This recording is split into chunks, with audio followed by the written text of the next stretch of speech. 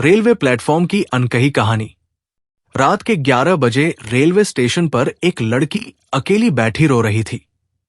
उसके आंसुओं में एक ऐसी कहानी छुपी थी जो सुनकर आपका दिल हिल जाएगा। एक अजनबी ने जब उसकी मदद की तो जो हुआ वो दोनों की जिंदगी बदल कर रख देने वाला था। पूरी कहानी जानने के लिए वीडियो को आखिर तक जरूर देखें।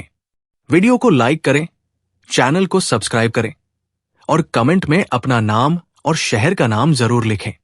दोस्तों, दिल्ली का पुराना रेलवे स्टेशन था। रात के 11 बज चुके थे। प्लेटफॉर्म पर सिर्फ कुछ ही लोग बचे थे। उसी खाली प्लेटफॉर्म के एक कोने में एक लड़की बैठी हुई थी। उसका नाम था प्रिया। उम्र सिर्फ 22 साल, लेकिन चेहरे पर इतना दर्द था जैसे पूरी जिंदगी का बोझ उठा रही हो। प्रिया के हाथ में एक फटा हुआ बैग था।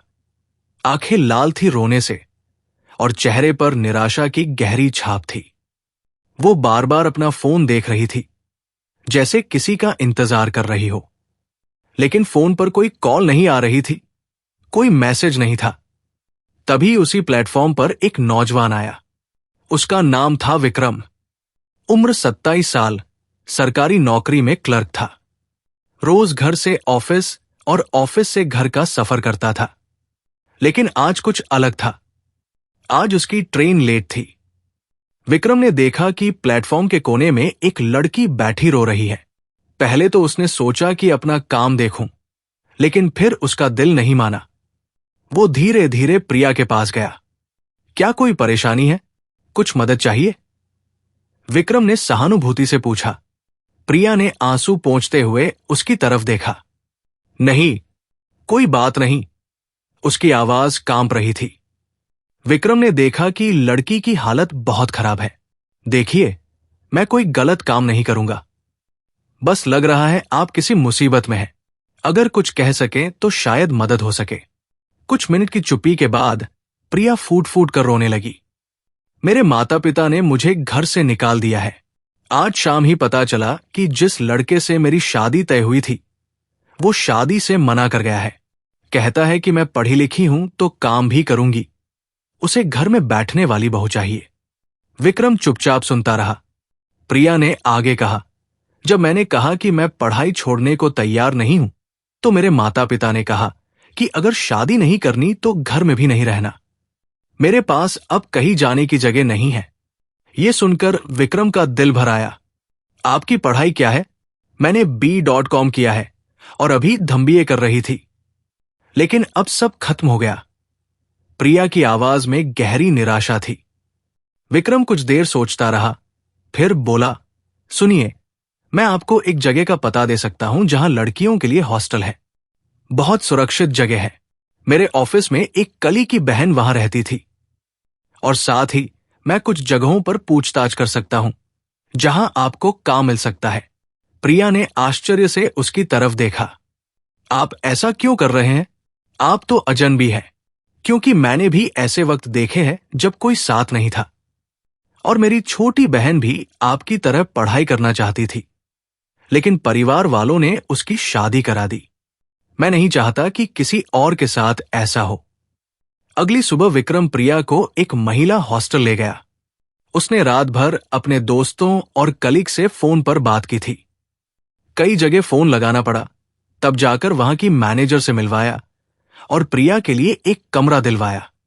नौकरी ढूंढना आसान नहीं था। प्रिया का पहला इंटरव्यू फेल हो गया। वो वापस हॉस्टल आकर रो पड़ी।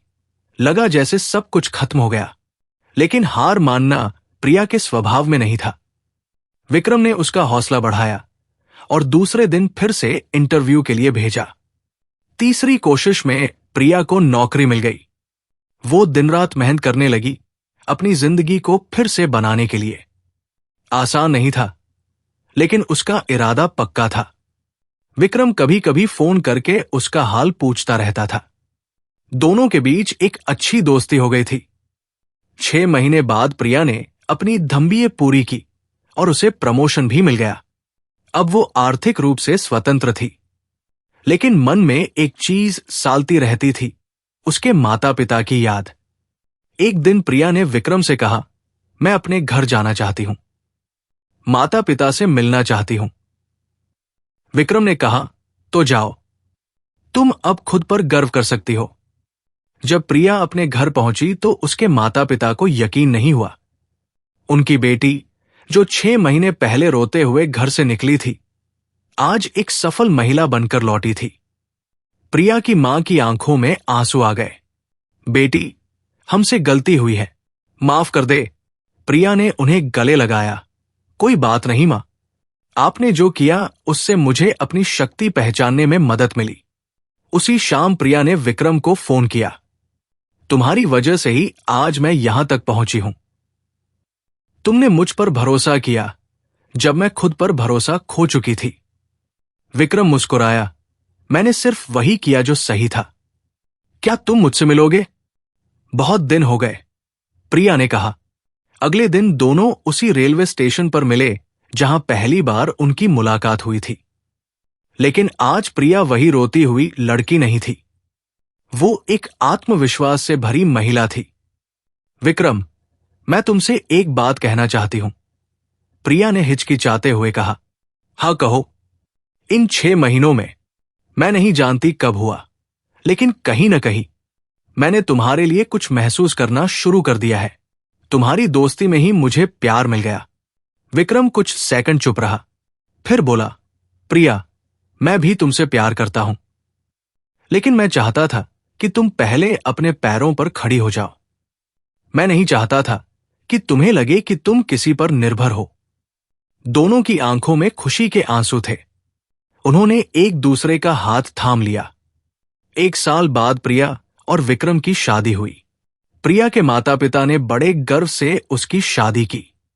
गांव वाले कहते थे, देखो प्रिया कितनी खुशकिस्मत है, उसे ऐसा पति मिला जो उसकी सफलता में खुश होता है।